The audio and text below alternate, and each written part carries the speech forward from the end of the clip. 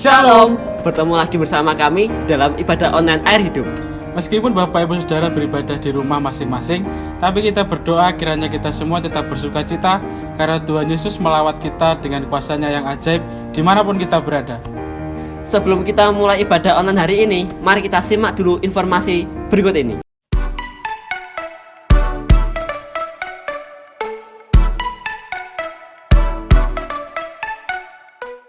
Meskipun kita tidak dapat berdoa bersama di gereja, kami tetap menghimbau Bapak Ibu Saudara tetap membangun hubungan yang akrab dengan Tuhan dalam doa bersama anggota keluarga atau berdoa pribadi. Jangan lupa kita berdoa untuk bangsa dan negara kita dalam menghadapi pandemi virus COVID-19 ini, supaya kita bisa beraktivitas seperti biasanya. Berdoa juga untuk para tim medis dan para relawan yang sedang berjuang melawan virus corona ini. Jangan lupa kita berdoa supaya kebanggaan rohani melawat setiap jemaat Air Hidup dimanapun kita berada. Jika Bapak Ibu ingin dibantu dalam doa, dapat menghubungi call center yang ada di bawah ini. Kami mengucapkan banyak terima kasih buat partisipasi Bapak Ibu Saudara bagi kegiatan sosial di gereja kita.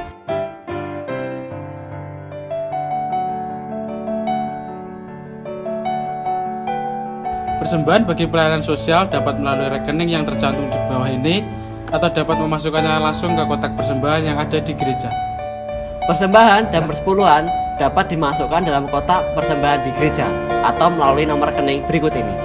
Untuk mendukung pelayanan sosial ini, gereja kita juga menjual masker seharga 7.500 per buah. Jika Bapak Ibu Saudara ingin membeli masker ini, dapat menghubungi staf pastoral atau sekretariat gereja. Jangan lupa komen, like, dan subscribe channel ini biar nggak ketinggalan info-info penting.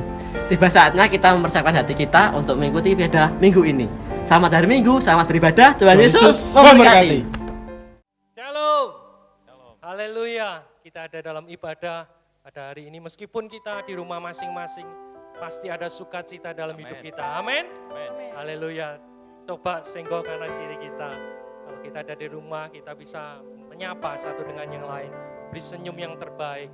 Biarlah sukacita Tuhan mengalir dalam keluarga kita. Amin. Biarlah kita mau siapkan hati kita, hidup kita untuk kita datang menyembah Tuhan. Oh, terima kasih Tuhan, terima kasih Pak.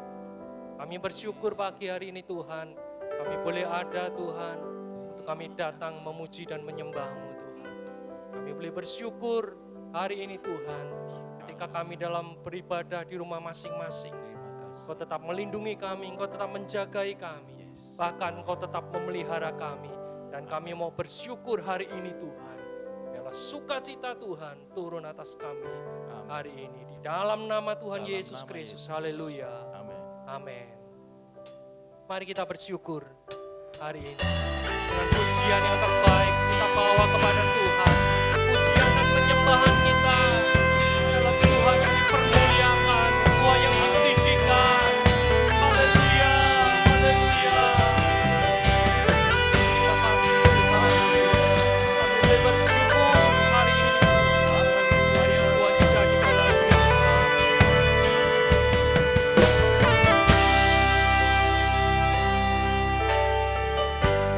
Banyak yang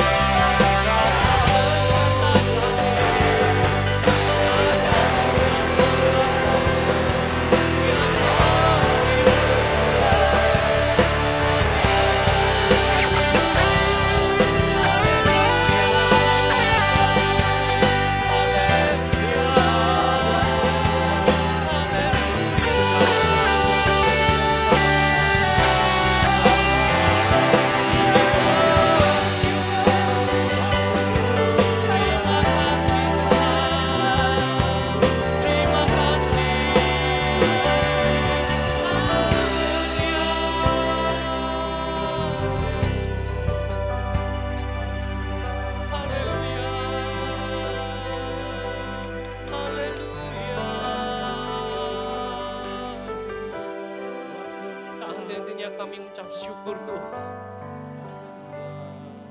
buat berkat pemeliharaan yang nyata dalam hidup kami. Kami boleh menyembah Engkau, Tuhan, Raja yang berdaulat atas hidup kami. Terima kasih. Kami bersyukur hari ini Tuhan.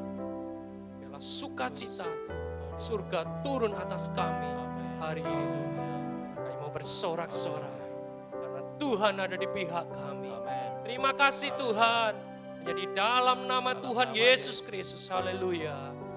Amin. Haleluya. Biarlah kita bersyukur senantiasa kepada Tuhan. Kita menaikkan ucapan syukur senantiasa kepada Tuhan. Haleluya. Aku diberkati. Terima kasih Tuhan. Kau menyediakan apa yang kami perlukan. Menyempurnakan hidup kami Tuhan. Berkat Tuhan turun atas hidup kami. Haleluya. Kasih setiamu nyata bagiku. Nikmat kebajikan. Nikmat kebajikan tersedia bagiku. Tanpa alasanku, tanpa segalanya.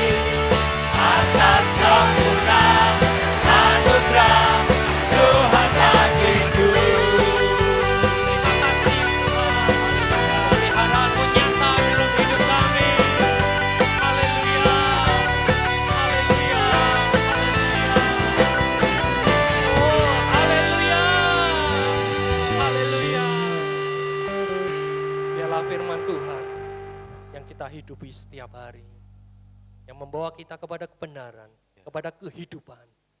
Biar kita siapkan hati kita. Tuhan, kami mau rindu Tuhan, hidupi kebenaran firman-Mu Tuhan, yang membawa kami kepada kebenaran. Dan hidup kami, hidup yang diberkati, hidup yang boleh menjadi berkat dimanapun kami berada. Terima kasih Tuhan, meskipun kami ada di dalam rumah Tuhan, tapi kami masih Tuhan banyak waktu untuk berjumpa dengan Engkau, untuk kami datang memuji dan menyembah-Mu Tuhan. Dan kami boleh siapkan hati kami untuk mendengar firman-Mu hari ini Tuhan. Haleluya.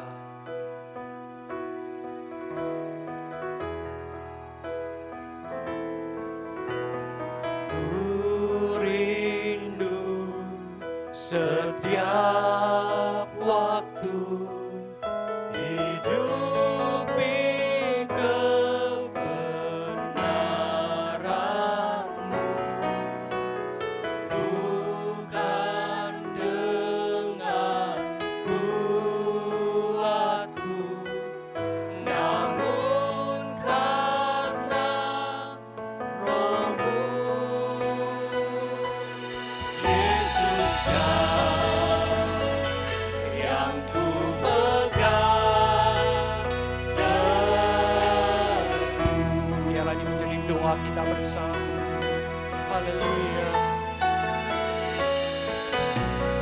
Ku rindu setiap waktu hidupi kebenaran-Mu, bukan dengan kuatku, namun karena Roh-Mu.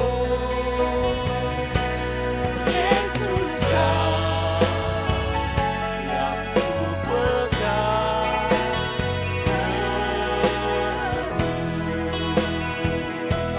Engkaulah Raja,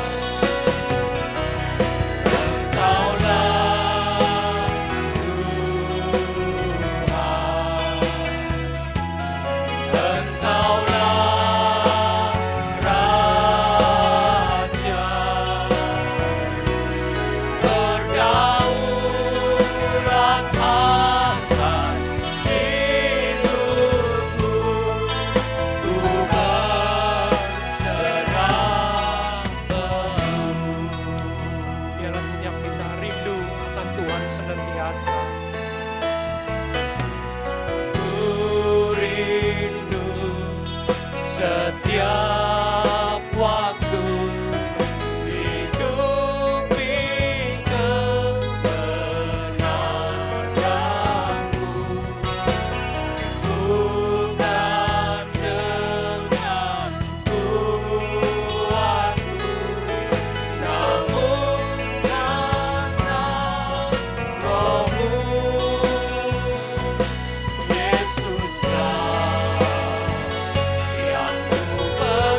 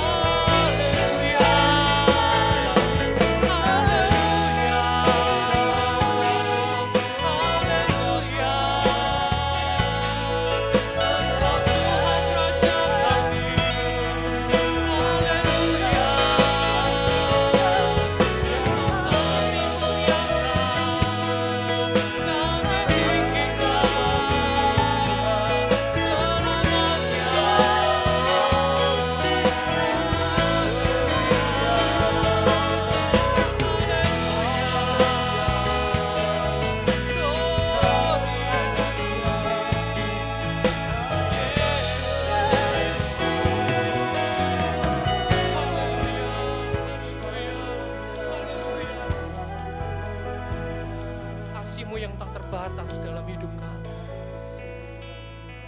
Bahkan pemeliharaan sempurna dalam hidup kami. Engkau yang memberikan kekuatan, kesehatan bagi kami semua. Ke seluruh jemaat Tuhan yang ada di rumah. Iman kami boleh dibangkitkan. Iman kami boleh dibangunkan lewat firman-Mu Tuhan. Biarlah firman Tuhan memberikan kami Tuhan jalan kebenaran dan kehidupan. Membawa kami Tuhan menggenapi rencana-rencana di dalam kehidupan kami. Terima kasih Tuhan. Kami boleh bersukacita hari ini. Hanya di dalam nama Tuhan Yesus Kristus. Memberkati hamba-Mu akan menyampaikan kebenaran firman. Di dalam nama Tuhan Yesus Kristus, urapan Allah turun atas hamba-Mu. Dalam nama Tuhan Yesus Kristus. Haleluya. Amin. Shalom Bapak Ibu, saudara-saudara sekalian. Selamat beribadah dan marilah bersama-sama setelah kami memuji menyembah Dia, kami akan mendengarkan firman Tuhan. Kami akan tunduk kepala dan berdoa lebih dahulu sebelum kami mendengarkan firman Allah. Bapa di dalam surga, dalam nama Tuhan Yesus, hamba akan salurkan berkat pesan yang daripada Roh Kudus kepada seluruh jemaat yang pada hari ini masih harus mendengarkan firman Allah di rumah mereka masing-masing. Kami mengucap syukur Tuhan sebab masih ada peralatan-peralatan yang membuat kami bisa berkomunikasi satu dengan yang lain, bisa mendengarkan firman Allah dan menyampaikan firman Allah untuk meneguhkan dan memantapkan iman percaya kami semuanya. Oleh karena itu hamba mohon Tuhan Roh Kudus menolong serta mohon diurapi hingga kata-kata ini membangkitkan iman benar-benar dari hati dan pikirannya Tuhan sendiri. Dalam nama Yesus Kristus kami berdoa. Amin. Bapak Ibu Saudara yang sangat diberkati Tuhan, hari ini saya akan menyampaikan firman Allah tentang satu tema ketaatan kepada Tuhan Yesus menentukan keberhasilan dan kemenangan iman kami. Lagi sekali, ketaatan kepada firman Yesus menentukan keberhasilan dan kemenangan iman kami. Ayat emasnya saya ambil dalam Lukas pasal 9 ayat 35 itu. Inilah anakku yang kupilih, dengarkanlah akan dia. Keseluruhan ayat ini saya akan membacanya dalam satu perikop yang pernah saya sampaikan beberapa waktu yang lampau. Saya mengajak Bapak Ibu Saudara membaca kisah ini lagi sekali. Itulah yang terdapat di dalam Lukas 9. Pasal 9 ayat 28 sampai 35. Demikian firman Tuhan. Kira-kira 8 hari sesudah segala pengajaran itu, Yesus membawa Petrus, Yohanes, dan Yakobus lalu naik ke atas gunung untuk berdoa. Ketika ia sedang berdoa, rupa wajahnya berubah dan pakaiannya menjadi putih berkilau-kilauan. Dan tampaklah 2 orang berbicara dengan dia, yaitu Musa dan Elia. Siapa saudara yang tampak di atas bukit itu selain Tuhan Yesus? Musa dan Elia, perhatikan baik-baik. Ayat 31 katakan, keduanya itu menampakkan diri dalam kemuliaan dan berbicara tentang tujuan kepergiannya yang akan digenapinya di Yerusalem. Yang mereka bicarakan, harap saudara mengerti, dalam ayat 31 tadi, Yesus, Musa, dan Elia berbicara tentang tujuan kepergiannya yang akan digenapinya di Yerusalem. Barangkali pembicaraan itu begitu lama, sehingga 32 katakan, sementara itu Petrus dan teman-temannya telah tertidur. Dan ketika mereka terbangun, mereka melihat Yesus dalam kemuliaannya. Dan kedua orang yang berdiri di dekatnya itu. Dan ketika kedua orang itu hendak meninggalkan Yesus, Petrus berkata kepadanya, harap saudara perhatikan kata-kata niat keinginan Petrus itu. Ya, dia berkata, "Guru, betapa bahagianya kami berada di tempat ini," dia katakan. "Biarlah kami dirikan sekarang 3 kemah. 1 kemah untuk engkau, 1 untuk Musa, dan 1 untuk Elia." Tapi sayang sekali kalimat itu mengatakan seterusnya, tapi Petrus tidak tahu apa yang dikatakannya itu. Sementara ia berkata demikian, datanglah awan menaungi mereka. Dan ketika mereka masuk ke dalam awan itu, takutlah mereka. Maka terdengarlah suara dari dalam awan itu yang berkata, "Inilah anakku yang kupilih, dengarkanlah akan dia." Jadi saya mengajak saudara tadi untuk meneliti 2 ayat. Yang pertama tadi ayat yang berbicara tentang Yesus, bicara dengan Elia dan Musa tentang rencananya menuju Yerusalem untuk disalibkan, menjadi korban, menjadi juru selamat umat manusia. Tapi ayatnya selanjutnya Petrus punya niat, kalau boleh tidak usah ke Yerusalem, kalau boleh tinggal aja di bukit ini, membangun kemah sebab di sini sangat menyenangkan. Membangun villa di sini, di atas bukit ini. 1 buat Yesus, 1 buat Musa, 1 buat Elia. Tapi saudara lihat tadi komentar ayat itu di akhirnya. Ternyata Petrus tidak tahu apa yang dia katakan. Dan ini yang saya harap saudara perhatikan. Saya mengajak saudara untuk membaca kisah ini lagi. Sebab Yesus dimuliakan di atas gunung. Sebab di dalam peristiwa itu ada sesuatu pelajaran yang berharga bagi kami semua. Terutama tingkah laku Rasul Petrus ketika di atas gunung itu. Pertama, sifatnya yang begitu cepat mengomentari pengalaman yang begitu penuh kemuliaan bersama Yesus. Kita baca ayat 33 tadi katakan, ini komentar Petrus, "Guru, betapa bahagianya kami berada di tempat ini. Baiklah kami dirikan sekarang 3 kemah, 1 untuk engkau, 1 untuk Musa, dan 1 untuk Elia." Tetapi Petrus tidak tahu apa yang dikatakannya itu. Catat baik-baik. Petrus tidak sadar apa yang dikatakannya itu. Jadi dia adalah jenis orang yang mudah untuk berkata-kata tanpa dipikir masak-masak dahulu. Sedang dalam ayat 30 dan 31, Musa, Elia, dan Yesus sedang berbicara tentang rencana Bapa bagi Yesus untuk menjadi juru selamat manusia.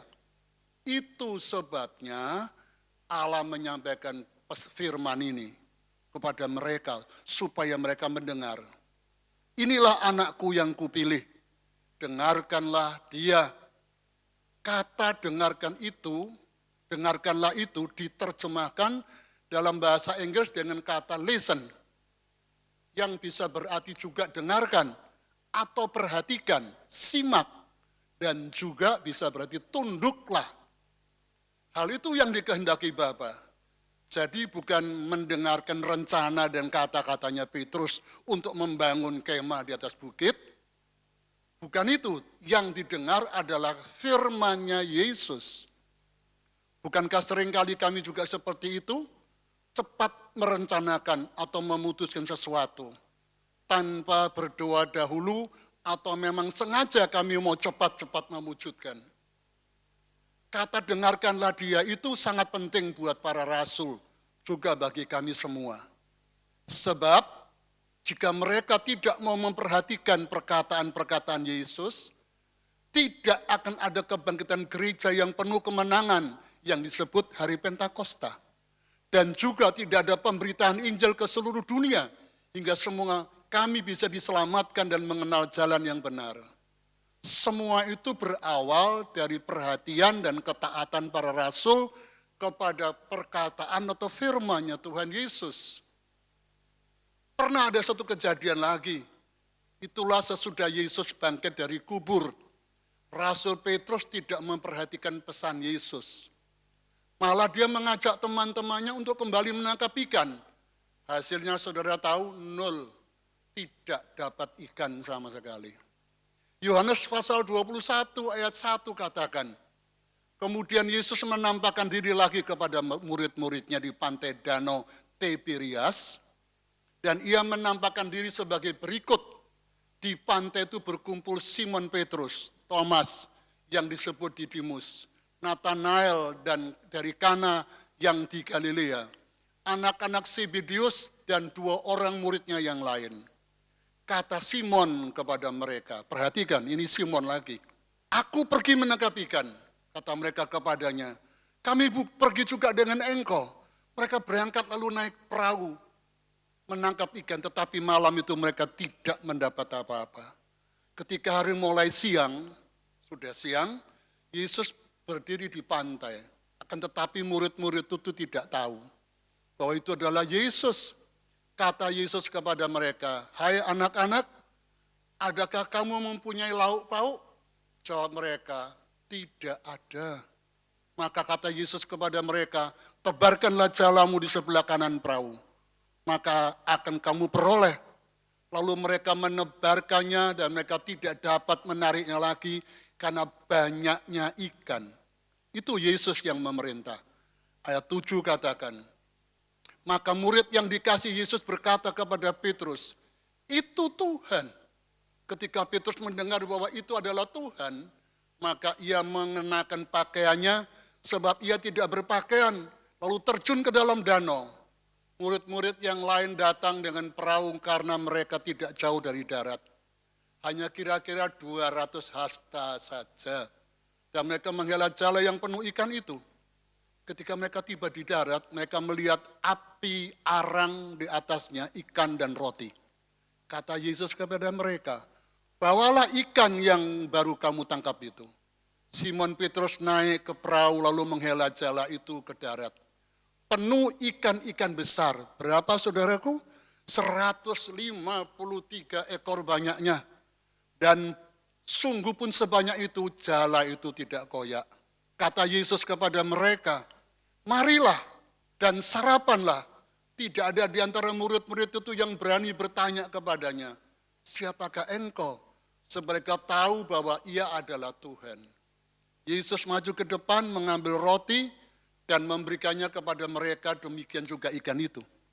Itulah ketiga kalinya saudara, Yesus menampakkan diri kepada murid-muridnya sesudah ia bangkit dari antara orang mati. Ya, ketika mereka tidak mentaati pesan Tuhan Yesus, walaupun mereka adalah nelayan-nelayan yang berpengalaman sekalipun, mereka tidak berhasil. Berbeda jauh ketika Yesus yang memerintahnya dan mereka melakukan. Apalagi walaupun saat itu sudah siang hari, sulit untuk bisa mendapat ikan. Mereka berhasil mendapatkan kurang lebih 150 ekor yang besar. Akhirnya para murid mulai belajar untuk mulai menghargai dan melakukan perintah Yesus. Sebelum Yesus naik ke surga, dia berpesan dalam Kisah Rasul 1 ayat 1. Hai Theophilus, dalam bukuku yang pertama aku menulis tentang segala sesuatu yang dikerjakan dan diajarkan Yesus. Sampai pada hari ia terangkat. Sebelum itu ia telah memberi perintahnya oleh Roh Kudus kepada rasul-rasul yang dipilihnya. Kepada mereka ia menunjukkan dirinya setelah penderitaannya selesai dan dengan banyak tanda ia membuktikan bahwa ia hidup sebab selama 40 hari ia berulang-ulang menampakkan diri dan berbicara kepada mereka tentang kerajaan Allah. Pada suatu hari ketika ia makan bersama-sama dengan mereka, ia melarang mereka meninggalkan Yerusalem. Ini pesannya. Dan menyuruh mereka tinggal di situ menantikan janji Bapa yang demikian kata Yesus. Tetaplah kamu dengar padaku. Sebab Yohanes membaptis dengan air, tapi tidak lama lagi kamu akan dibaptis dengan Roh Kudus. Maka bertanyalah mereka yang berkumpul di situ. Sekali lagi mereka coba mau bertanya jawab kepada Tuhan Yesus, rencana mereka. Mereka bertanya sekali lagi waktu mereka berkumpul, Tuhan, Maukah engkau pada masa ini memulihkan kerajaan Israel? Tapi Yesus menjawab, engkau tidak perlu mengetahui masa dan waktu yang ditetapkan Bapa sendiri menurut kuasanya. Tapi kamu akan menerima kuasa kalau Roh Kudus turun ke atasmu. Dan kamu akan menjadi saksiku di Yerusalem, seluruh Yudea, Samaria, sampai ke ujung bumi. Sesudah ia mengatakan demikian, terangkatlah ia disaksikan oleh mereka dan awan menutupinya dari pandangan mereka. Ketika mereka sedang menatap ke langit waktu ia naik itu, tiba-tiba berdirilah dua orang yang berpakaian putih dekat mereka dan berkata kepada mereka, hai orang-orang Galilea, mengapakah kamu berdiri melihat ke langit? Yesus ini yang terangkat ke surga, meninggalkan kamu, akan datang kembali dengan cara yang sama seperti kamu melihat dia naik ke surga. Maka kembalilah rasul-rasul ke Yerusalem dari bukit yang disebut Bukit Zaitun, yang hanya seperjalanan sabat jauhnya dari Yerusalem. Kemana mereka pergi? Ayat 13 katakan, setelah mereka tiba di kota, naiklah mereka ke ruang atas, tempat mereka menumpang. Mereka itu ialah Petrus, Yohanes, Yakobus, Andreas, Filipus, Thomas, Bartolomeus, Matius, orang Selot, dan Yudas bin Yakobus. Ini yang mereka lakukan. Mereka semua bertekun dengan sehati di ruangan atas dalam doa bersama-sama. Dengan beberapa perempuan serta Maria ibu Yesus dan dengan saudara-saudara Yesus.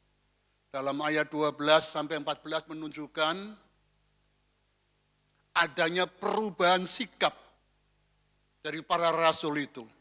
Sekalipun Tuhan Yesus sudah tidak lagi bersama-sama mereka, tapi para rasul sudah tidak kembali lagi ke laut untuk menangkap ikan.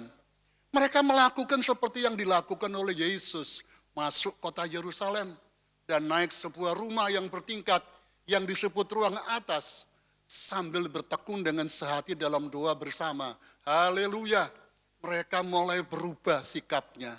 Ketaatan ini menyebabkan lahirnya gereja Tuhan dan tersebarnya Injil Yesus Kristus ke seluruh dunia. Mereka dibaptis dengan Roh Kudus, menjadi orang yang sangat menghargai pesan-pesan Tuhan Yesus. Mereka diubah menjadi orang lain, menjadi orang yang berhasil. Banyak mujizat tanda ajaib terjadi. Mereka menjadi orang kokoh imannya dan dipakai oleh Tuhan secara luar biasa karena Roh Kudus menyertai mereka. Satu hal yang kami lihat perubahan yang terjadi di dalam diri Rasul Petrus terdapat dalam Kisah Rasul pasal 10 ayat 9. Banyak ayat yang kami baca, saudaraku. Supaya pada hari ini saudara bisa tahu perubahan-perubahan yang terjadi di dalam diri Rasul Petrus.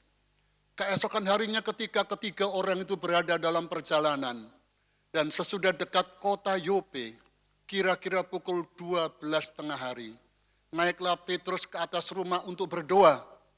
Perhatikan, ia merasa lapar dan ingin makan, tapi sementara makanan disediakan, tiba-tiba rohnya diliputi kuasa ilahi.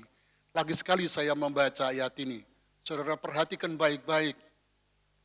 Ketika itu Petrus ada di tempatnya di Yope. Ia merasa lapar dan ingin makan.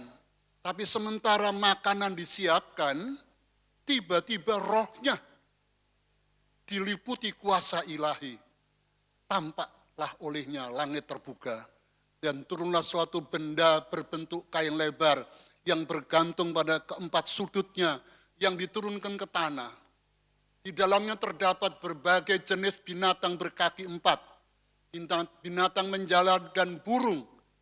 Kedengaranlah olehnya suatu suara yang berkata, bangun hai Petrus, sembelihlah dan makanlah. Tapi Petrus menjawab, tidak Tuhan, tidak, sebab aku belum pernah makan sesuatu yang haram dan yang tidak tahir. Kedengaran pula untuk kedua kalinya suara yang berkata kepadanya, apa yang dinyatakan halal oleh Allah, tidak boleh engkau nyatakan haram. Hal itu terjadi sampai 3 kali, dan segera sesudah itu terangkatlah benda itu ke langit. Petrus bertanya-tanya dalam hatinya, apa kiranya arti penglihatan yang telah dilihatnya itu. Dia merasa heran. Sementara itu telah sampai di muka pintu orang-orang yang disuruh oleh Cornelius dan yang berusaha mengetahui di mana rumah Simon. Mereka memanggil seorang dan bertanya, apakah Simon yang disebut Petrus ada menumpang di rumah itu? Dan ketika Petrus sedang berpikir tentang penglihatan itu, berkatalah Roh, ada 3 orang mencari engkau. Bangunlah, turunlah ke bawah, dan berangkatlah bersama-sama dengan mereka. Jangan bimbang, sebab aku yang menyuruh mereka kemari. Lalu turunlah Petrus ke bawah, dan berkata kepada orang-orang itu, akulah yang kamu cari. Apakah maksud kedatangan kamu? Nah, saudaraku, akhirnya Petrus memutuskan untuk berangkat beserta utusan komandan pasukan Romawi yang bernama Cornelius itu ke rumahnya. Alkitab tidak menuliskan apakah sebelum dia berangkat Petrus sempat makan lebih dahulu atau tidak. Sebab dalam ayat 10 dituliskan tadi bahwa dalam keadaan yang lapar dia. Dia mau makan, sebenarnya dia ingin makan. Rohnya diliputi kuasa ilahi. Suatu pengalaman dari Petrus yang perlu kita renungkan bersama ialah pengalaman seseorang yang dipenuhi Roh Kudus. Allah memberi dia penglihatan yang luar biasa. Sesudah dia dibaptis dengan Roh Kudus, dia menjadi seorang yang lain. Seorang hamba Allah yang suka menurut dan memperhatikan firman Tuhan. Dan dia menjadi orang yang berhasil. Rohnya pada waktu itu diliputi kuasa ilahi. Sehingga dia mendapatkan ketenangan batin. Damai suasana surgawi. Damai suasana ketenangan batin. Damai suasana surgawi turun atasnya. Akhir-akhir ini terus terang saja roh kita sedang gelisah karena dipengaruhi oleh kejadian-kejadian dan berita-berita dari wabah virus corona. Korban-korban banyak berjatuhan, banyak yang terdampak dan cukup banyak juga yang meninggal. Bukan saja di Indonesia, tapi di seluruh dunia.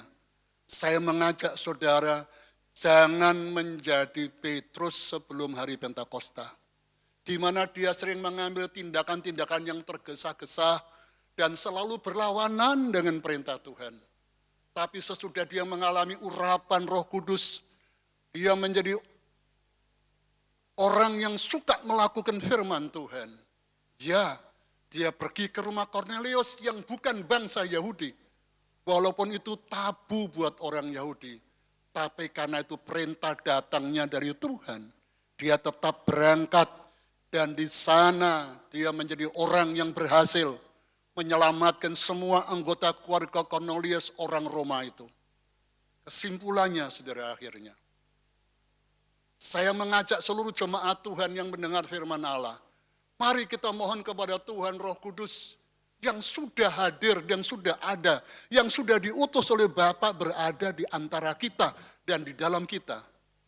Agar Dia meliputi kita, mengurapi kita, mengaliri roh kami yang seringkali gelisah dengan kuasanya, menggantikan roh kegelisahan yang sedang melanda dewasa ini.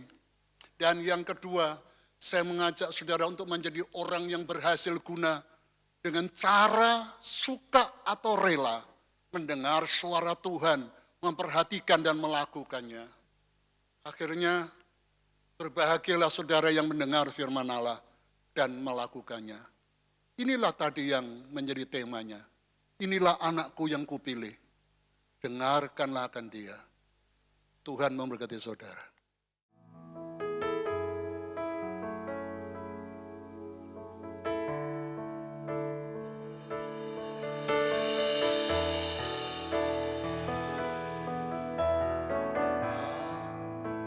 Jalan hidupku telah putus harapan dengan semua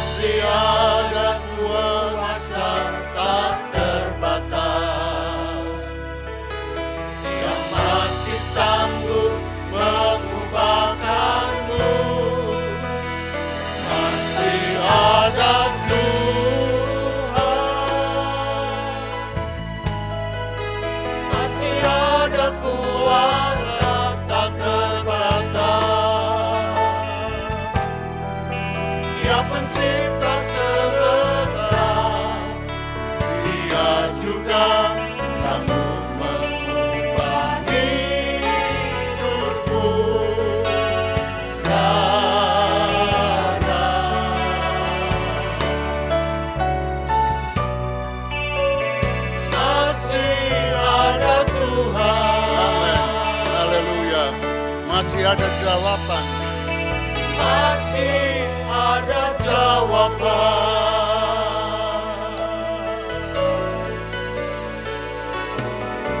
Gelapkah jalan di hidupku, telah putus harapan. Dengan semua kekuatanmu, kau tak mampu mengubah sendiri. Namun masih ada kuasa tak terbatas yang masih sanggup mengubahkanmu. Masih ada Tuhan, masih ada kuasa tak terbatas. Dia pencipta semesta, Dia juga sanggup mengubah hidupku sekarang.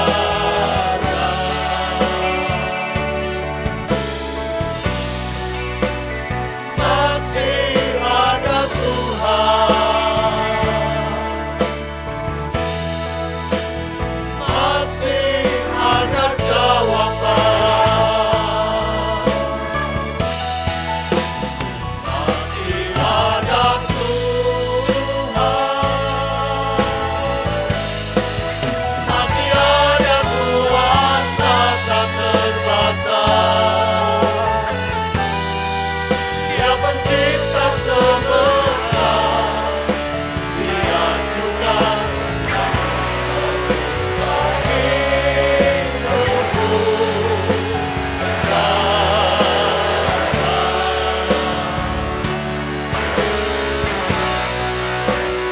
Masih ada Tuhan, masih ada jawaban. Seperti Simon Petrus, dia sudah berusaha untuk menangkap ikan. Setelah Yesus bangkit dari kematian, dia telah memberi pesan kepada murid-muridnya bahwa akan ada pertemuan di Galilea. Tetapi malah dia menjadi pengaruh yang tidak baik dan mengajak teman-temannya untuk kembali menjadi nelayan, kembali ke laut menangkap ikan. Tapi malam itu mereka nihil, tidak mendapat ikan seekor pun juga. Berusaha setengah mati. Dan tiba-tiba Yesus hadir di tengah-tengah mereka pada pagi itu. Mereka kaget. Ya, mereka lupakan pesan Tuhan sehingga Tuhan mesti mendatangi mereka untuk mengingatkan mereka. Tetapi Tuhan tidak menegur dan memarahinya, malah bertanya, apakah ada lauk pauk padamu? Murid-murid menjawab, tidak ada, karena semalam kami tidak dapat ikan. Tapi Yesus berkata, sekarang aku memerintahkan, tebarkan jalamu ke kanan. Dan pagi itu yang sesungguhnya harus selesai, orang-orang untuk pergi mendarat. Sebab tidak mungkin ada ikan di pagi dan siang itu. Tapi mereka mendapatkan 150 ikan yang besar-besar. Barangkali saya dan saudara juga sudah berusaha sekuat tenaga. Tapi barangkali ketika kami berusaha, kami lupa berdoa. Kami lupa untuk mendengarkan suara Tuhan. Kami lupa untuk meminta supaya Tuhan memimpin kehidupan kami. Sehingga banyak kali kami gagal. Kami sudah nyanyi pada hari ini. Masih ada Tuhan. Masih ada harapan. Masih ada jawaban untuk mengubahkan situasi-situasi. Barangkali saudara gagal, barangkali saudara tidak berhasil seperti Simon Petrus. Tapi setelah Simon Petrus beralih untuk mengikuti perintah Tuhan, dia mendapat ikan yang banyak sekali. Dia kagum sekali dan sejak hari itu Simon Petrus tidak pernah lagi tidak memperhatikan dan mendengarkan perkataan Kristus. Barangkali perlu juga pada kami semuanya, ketika kami sudah dengar firman Tuhan, supaya firman Tuhan tidak lalu begitu saja, tapi kami akan simpan dalam hati kami, akan mengingatkan kami dalam perjalanan-perjalanan, terutama ketika kami dalam kesulitan-kesulitan seperti ini. Ketika kami gagal, ketika kami tidak berhasil, ketika kami tidak tahu apa yang harus kami kerjakan. Tapi ketika kami memperhatikan firman Tuhan, memuji, menyembah Dia, mencari Dia dengan sungguh-sungguh, Roh Kudus akan mengalirkan kuasa-Nya, mengurapi kami semuanya, supaya kami menjadi orang-orang yang siap berhasil, seperti murid-murid itu setelah hari Pentakosta. Marilah kami tunduk kepala bersama-sama berdoa, mengakhiri ibadah pada hari ini. Bapa di dalam surga, kami mengucapkan syukur dan terima kasih kepada Bapa. Sebab hari ini sekalipun kami belum bisa berkumpul dalam rumah-Mu, bertemu satu dengan yang lain, tetapi hari ini kami sudah berjumpa dengan Tuhan. Lewat kami memuji, menyembah kepada-Mu. Ketika kami duduk di rumah kami masing-masing, kami juga boleh merasakan hadirat-Mu menolong kami. Dan kami tidak menginginkan hadirat itu akan sesaat saja ada dalam kehidupan dalam rumah tangga kami. Kami ingin hadirat-Mu, kehadiran-Mu itu terus-menerus ada di dalam kami. Biarlah kehidupan kami ini tiap-tiap hari dipimpin oleh-Mu. Dan ajarkan serta jadikan kami Tuhan untuk memusatkan diri kami, memperhatikan, menyimak firman Tuhan. Banyak janji-janji Tuhan yang kita bisa raih Tuhan. Bahwa Engkau selalu menyertai kami. Bahwa Engkau tidak pernah lupakan kami. Engkau bukanlah Allah yang tidur dan tidak mengerti keberadaan kami. Tapi Engkau adalah Allah yang selalu berjaga, menolong kami, mendengar doa-doa kami. Terima kasih Bapa. Kiranya berkat Tuhan turun atas tiap-tiap Bapak, Ibu, Saudara-saudara, anak-anak, kaum remaja semua yang berada di rumah masing-masing. Kiranya rumah kami menjadi rumah tempat di mana Tuhan hadir. Rumah kami tempat di mana Tuhan itu memberkatinya. Dan Tuhan juga memberkati kami dengan kesehatan-kesehatan. Engkau telah berjanji Tuhan bahwa Engkau akan meluputkan kami dari wabah-wabah penyakit yang membawa kematian. Engkau akan melindungi kami semuanya, orang-orang yang percaya. Tetapi kami mau menjadi orang-orang yang mentaati firman-Mu. Terima kasih Bapa, segala puji dan hormat kepada Tuhan. Kami juga berdoa supaya dalam bulan yang akan datang, dalam bulan ini, kami nanti bisa mengadakan perhimpunan kembali. Kami bisa mengadakan perjamuan kudus di dalam rumah-Mu Tuhan. Kami mohon pertolongan-Mu. Kami berdoa buat pemerintah negara kami, buat presiden kami, buat para menteri, buat jajaran-jajaran pemimpin dari tingkat pusat sampai kepada daerah. Yang kami doakan juga Tuhan untuk pasukan para medis, keamanan dan semuanya yang berada di garis depan menolong para pasien. Mohon perlindungan Tuhan dan memberkati rumah sakit dengan peralatan-peralatan yang cukup. Engkau pakai bangsa kami untuk menjadi satu dan bersatu, untuk saling menolong satu dengan yang lain. Ampuni segala dosa dan kesalahan kami. Kuduskan, sucikan kami supaya kami selalu berkenan di hadapan hadirat-Mu. Pada akhirnya Bapak Ibu Saudara yang dikasihi Tuhan, kiranya berkat anugerah, damai sejahtera yang dari Allah Bapa, dan kasih kemurahan Kristus, serta kuat kuasa cengkeraman Roh Kudus, menyertai kami dari sekarang, sampai Maranatha Kristus datang kali yang kedua. Haleluya. Saudara yang sudah diberkati katakan, amin. Sebelum ibadah ini kami tutup dengan doa, Saya mau mengingatkan kepada saudara bahwa tanggal 21 adalah tanggal hari kenaikan Tuhan. Kami akan mengadakan ibadah kembali lagi, mungkin masih di rumah. Dan harap bisa di dalam gereja. Kalau bisa di dalam gereja, akan sesegera mungkin kami memberi pengumuman kepada saudara-saudara yang lain. Kalau toh harus di rumah, mari kami beribadat dengan secara khusyuk, dengan sungguh-sungguh memperingati hari kemenangan yang luar biasa. Yesus yang sudah bangkit itu naik ke surga. Kembali ke sebelah kanan Allah Bapa dan berdoa buat saya dan saudara. Jangan lupa, tiap-tiap hari saudara ada persekutuan doa. Adakan waktu untuk memuji menyembah Tuhan. Jangan lupa, setelah bangun tidur jangan langsung bangun. Ambil waktu untuk berdoa bersama-sama. Dan ketika malam tiba mau tidur, adakan mitsbah keluarga dan berdoa bersama-sama menyembah memuji Dia. Tuhan memberkati saudara sekalian. Amin.